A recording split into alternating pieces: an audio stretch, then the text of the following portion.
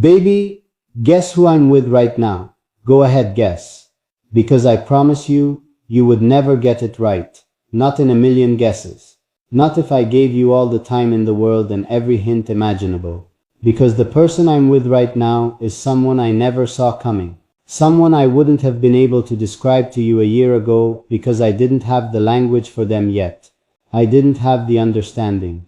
I didn't have the capacity to even recognize what this was when it first started showing up in my life. And now I can't imagine a single day without it, without them, without this. So let me take my time and tell you everything from the very beginning, because this story deserves to be told properly, and you deserve to hear all of it. I'm with someone who chose me when I wasn't choosing myself. And I need you to understand what that means before I go any further, because it is the foundation of everything I'm about to tell you. There is a version of me that existed not that long ago, a version you might recognize if you've been paying attention, a version I've alluded to in quiet moments without ever fully explaining, who was not okay, not in a dramatic, visible, falling apart way, in the quieter, more insidious way. The way where you get up every morning and function and do all the things and say all the right words, and from the outside everything looks fine, but on the inside, in the place where you actually live, something is dim, something is running on low, something has been running on low for so long that you've started to mistake it for your normal, for just the way things are, for the permanent temperature of your own life. That was me. Not so long ago. And into that dimness, into that carefully maintained, expertly disguised low-grade emptiness, came the person I'm with now. And they didn't come in with solutions, or advice, or a plan for fixing me. They came in with something so much simpler, and so much more powerful than any of that. They came in with presence, with attention, with the particular quality of being seen that I hadn't realized I was starving for, until suddenly, unexpectedly, I was being fed. And that person, the one who saw me when I was doing my absolute best to be invisible, who chose me when I was at my least choosable, who walked toward the dim version of me and brought light without making me feel like a project or a problem to be solved. That person is you. I'm with you. Right now, in this moment, I am with you. And I know how that sounds. I know that for some of you, hearing that might feel like something beautiful but distant, like a nice thing someone says, warm and well-intentioned, but ultimately not quite real, not quite literal, not quite meant for you specifically. And I need to dismantle that feeling right now, gently but completely, because it is wrong. When I say I am with you, I mean you, the one listening to this right now. The one who found this at whatever moment of your day you're in, morning, night, in between, whenever you needed something to reach for, you found this, and that is not an accident. That is not random. I don't believe in that kind of random anymore. I believe that the things that find you, because some part of you called for them. Some quiet, knowing part of you sent out a signal, and this found it, you found me. And I am so grateful that you did, because I need to tell you what you have meant to me, what this you, your presence in my life, in whatever form it has taken, has actually meant to me on a level that I don't talk about enough, not nearly enough. I talk around it sometimes, I approach it and then pull back. The way you approach a fire when you're not quite sure how close is too close. But today, I'm not pulling back. Today, I'm going all the way in. Today, I'm going to tell you exactly what being with you, exactly what having you has done to my life and to my understanding of myself and to my belief in what love can actually be. You saved something in me. I want to say that plainly, without dressing it up or hedging it or making it smaller than it is. You saved something in me that I had quietly given up on. Not loudly. I didn't make an announcement, didn't mark the occasion, didn't even fully admit it to myself. But somewhere along the way, in the accumulation of all the wrong things, and the hard things, and the things that didn't work out, I had let go of a particular kind of hope. The kind that believes not just that good things can happen, but that good things can happen to you, specifically to you, that you are the kind of person the universe decides to be generous with. I had stopped believing that about myself. And I don't know exactly when it happened. There was no single moment, just a gradual, almost imperceptible dimming of that belief, until one day I looked for it and it was just gone. And then you came along and you looked at me. Just looked at me with that particular quality of attention you have, the kind that makes you feel simultaneously known and safe, like being understood and protected at the same time. And something in me that had been cold for a very long time felt warmth, just warmth, simple and immediate, and entirely beyond my ability to defend against. And I didn't want to defend against it. That was the thing that surprised me most. I had no desire whatsoever to put a wall up between me and what you were offering.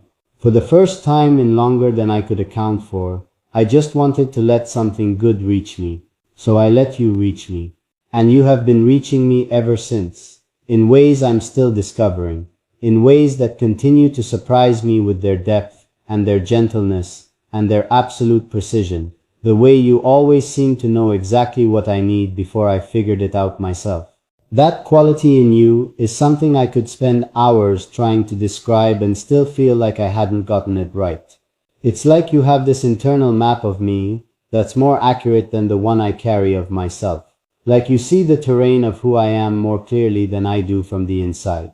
And rather than using that knowledge to navigate around my difficult parts, you use it to walk directly toward them, to sit with them, to make them feel like they belong in the picture of me, rather than like things that should be hidden or fixed or apologized for. Do you know what it does to a person to be loved like that? To be loved in the direction of your most difficult parts, rather than in spite of them. It changes you. It genuinely, fundamentally, at the level of how you understand yourself, changes you. I am a different person than I was before you. Not unrecognizable. The foundation is the same. The essential things are the same, but different in the way that a room is different when someone opens the curtains. Same room, same furniture, same walls, but suddenly everything is visible. Everything has color. Everything is participating in the light, instead of existing in the dim. You opened the curtains in me, and now I cannot imagine going back to the dim. I cannot imagine choosing the dim when I know what the light feels like. I cannot imagine closing myself back up, pulling the careful walls back into place, managing my feelings back down to a safe and handleable size. I have felt what the alternative is. I have felt what it is to love and be loved without reservation, without strategy, without the constant low hum of self-protection running underneath everything. And that feeling, that extraordinary, life-altering feeling, has ruined me in the absolute best way for anything less. I want to tell you about a specific moment, a moment that I have returned to again and again because it captures something essential about what you are to me and what this is. It was an ordinary moment. I want to be specific about that, because the ordinary moments are the ones that tell the real truth. Not the high moments, not the dramatic ones, but the unremarkable, unplanned, nobody would make a film of these moments, that accumulate quietly into the actual substance of a life. I was going through something difficult, nothing catastrophic, just one of those periods where everything feels slightly harder than it should, where the simple things take more energy than you have, where you go to bed tired and wake up tired and spend the day moving through a kind of invisible resistance that you can't quite name or explain. You know that feeling. I think everyone knows that feeling. And I was in the middle of it, not talking about it, because I wasn't ready to put it into words yet, because sometimes the words take a while to catch up with the feeling. But you knew, without me saying a single thing, you knew, and you didn't make it a conversation I wasn't ready to have. You didn't push or probe or ask the questions that would have made me feel like I needed to perform an explanation I didn't have yet. You just adjusted, quietly, without drawing attention to it. you just calibrated yourself to where I was. You made more space. You brought more softness. You were simply, beautifully, more present in the exact way I needed, without me ever having to ask for it or articulate what that way was. And at some point in the middle of that, I looked at you, really looked at you with fresh eyes, with the kind of clarity that comes sometimes in the middle of difficulty, when everything non-essential falls away and what's real stands out with startling sharpness, and I thought with absolute certainty, this is it. This is the person. Not as a conclusion I was arriving at for the first time, but as a recognition of something I already knew, stated with a new and final clarity. This is the person I want beside me for everything, for the ordinary days and the difficult ones, and the extraordinary ones, and all the unmarked days in between. This specific person, with this specific quality of presence, with this particular and irreplaceable way of loving, this is it. And I have not second-guessed that thought for a single moment since, not once, in a life that has involved a great deal of second-guessing, of myself, of my feelings, of my choices, of whether the things I wanted were things I was allowed to want. This one thought has been entirely serenely still. This is the person. End of search. End of question. Beginning of something I don't have a word for yet, because the words we have for it have been worn thin by overuse and don't quite carry the weight of what I mean. Beginning of you. Beginning of this. Beginning of the most important thing I have ever chosen to be a part of. I want to talk about choosing, because I think we don't talk enough about the choice aspect of love. We talk about it as something that happens to you, something that arrives, something you fall into as if it were an accident of gravity. And yes, some of it is that. The initial pull, the first recognition, the moment of, oh, it's you, that part is not fully chosen. That part happens, but everything after that is a choice.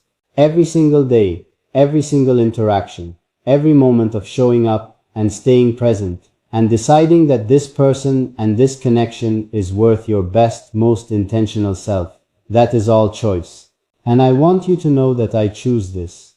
I choose you, not passively, not by default, not because it's easy or convenient, or because you happen to be there, actively, consciously, with full awareness of what I'm choosing and why.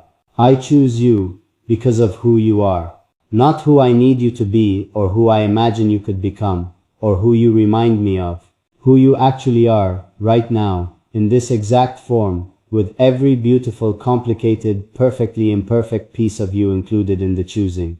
I choose the warmth, and I choose the uncertainty, and I choose the strength, and I choose the moments when the strength gets tired. I choose your laugh, and I choose your silence.